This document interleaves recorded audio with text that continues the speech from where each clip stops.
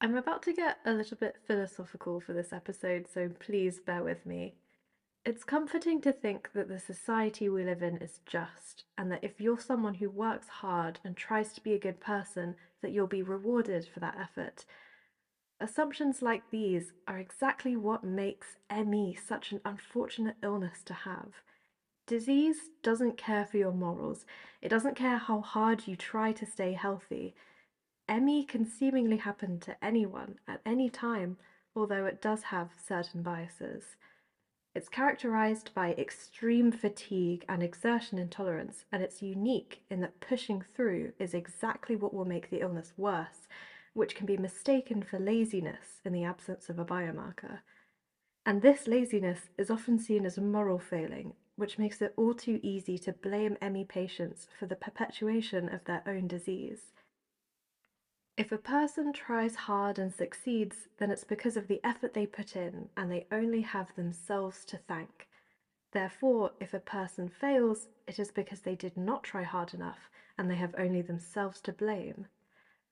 This idea, which belongs to a certain kind of ideology, is the foundation of the catch-22 at the heart of ME/CFS. If you're an ME patient and you're experiencing symptoms which can't yet be fully medically explained, then good news. Some psychiatrists have offered up an explanation to fill that void. They say that you aren't experiencing symptoms because you're sick with an organic illness. Rather, you believe you're ill, and that belief is what perpetuates certain behaviors which lead to your symptoms. Under this assumption, you're offered up to treatments which in reality will only harm you. One of a few different scenarios might follow. If you choose to earnestly try and do your best to complete these treatments, then you'll quickly falter and become worse. The harder you try at GET, for example, the worse your PEM will get and faster.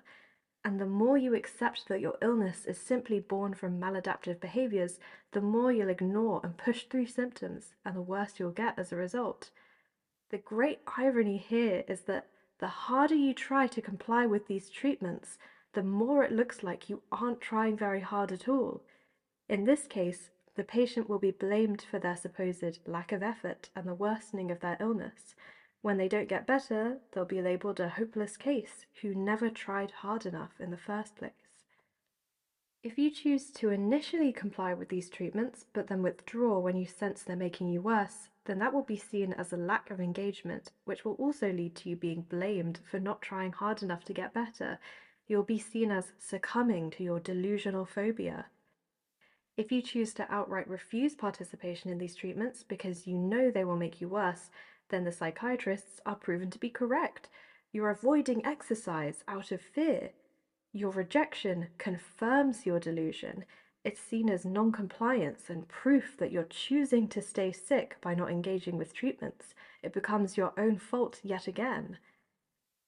Even if you choose to join a patient support group or become an advocate, then you're just participating in an act of mass hysteria, a shared delusion reinforced by other patients. The treatments on offer won't cure you, and your chances of recovery are slim. You'll likely remain very ill for the rest of your life. You'll learn to accept your new life with this illness, or you won't. You'll continue to live, making accommodations and possibly relying on care, or you won't. But no matter what you do, what avenue you take, there is no way you can escape being blamed for your own illness. The misery experienced by these patients is immeasurable. I can't believe that the people who pushed these treatments onto patients weren't able to see the obvious paradox they've trapped us in. Maybe it's because for some people, these treatments did work, but those weren't ME patients. See, with the new name CFS, there came two new sets of diagnostic criteria. There was the Fukuda criteria, published by the CDC in the United States in 1994, and the Oxford criteria, published in the UK in 1991. The Fukuda criteria was laid out in a way that a person could receive a diagnosis of CFS without having to experience that hallmark symptom of PEM. And the Oxford criteria was even worse, even more broad. It reduced the condition down to essentially just the symptom of medically unexplained fatigue. That's a symptom of a lot of different illnesses, including clinical depression and other mental illnesses. So, under these sets of diagnostic criteria, there's a high risk of mixing up people with ME with patients of other illnesses. And exercise might work for them. It admittedly makes most people feel better, but it doesn't change the fact that it won't work for ME patients.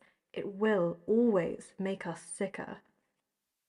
I can't imagine how much worse it would be to see your peers succeed in GET and CBT while you just get worse. And I can't imagine how awful it would make you feel about yourself. That alone is so sad, and I can only really describe it as a tragedy. The Oxford criteria, by the way, was concocted in part by none other than Michael Sharp, one of the psychiatrists who championed GET and CBT as treatments. Not only did these new sets of diagnostic criteria probably end up making patients feel like shit about themselves, but it also undermined what little biomedical research was going on at the time. By mixing up ME patients with others, it became that much harder to find any biomarkers, any measurable biological abnormalities in these patients.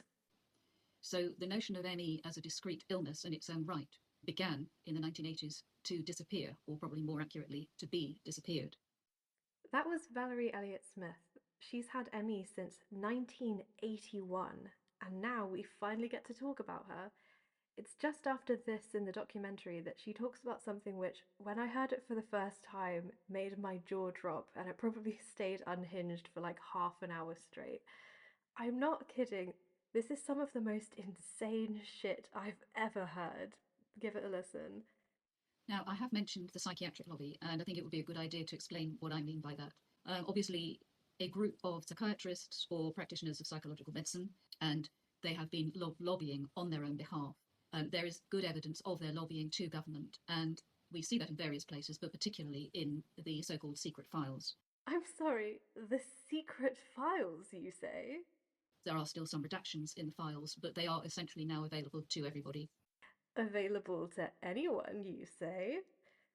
According to this documentary, Peter White and Simon Wesley lobbied the UK government throughout the 80s and 90s to push GET and CBT as treatments, to discourage ME and CFS from being split up into two separate labels for two different conditions, and, if you can believe it, to deny these patients benefits. Yeah. The files are available for anyone to read, and in the description of this video there is a link to Elliott Smith's blog, where at the bottom of the page there is a link that you can click on to also download and peruse these files at your leisure. Just think for a moment about how much of a Herculean task it must have been for Elliott Smith to retrieve these files, considering she has ME herself. She talks about it a bit on her blog. These files technically aren't secret, but they were confidential, which means that they were sealed away at the National Archives at Kew in London in the 90s. She had to repeatedly send in Freedom of Information requests and then physically go to the National Archives herself and then read through all of this disturbing material. It would have been so fucking painful, I'm sure, but she did it all for her fellow patients.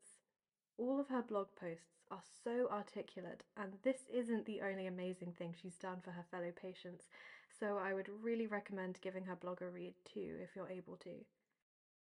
Before we move on to the next episode, there's just one more thing I want to talk about. There's something about ME, or CFS if that's what you really want to call it, which, if you see it as being a psychosomatic illness, begs a very important, glaringly obvious question. If you're one of these psychiatrists, or if you're someone who agrees with them, surely you'd be aware of how frighteningly common this disease is. Surely you'd know just how large a chunk of the UK and US's population are estimated to suffer from it. If you imagine that the rest of the world paints a similar picture in terms of the percentage of sufferers in the overall population, you'd quickly realize that we're looking at a disease that affects at least tens of millions of people around the globe.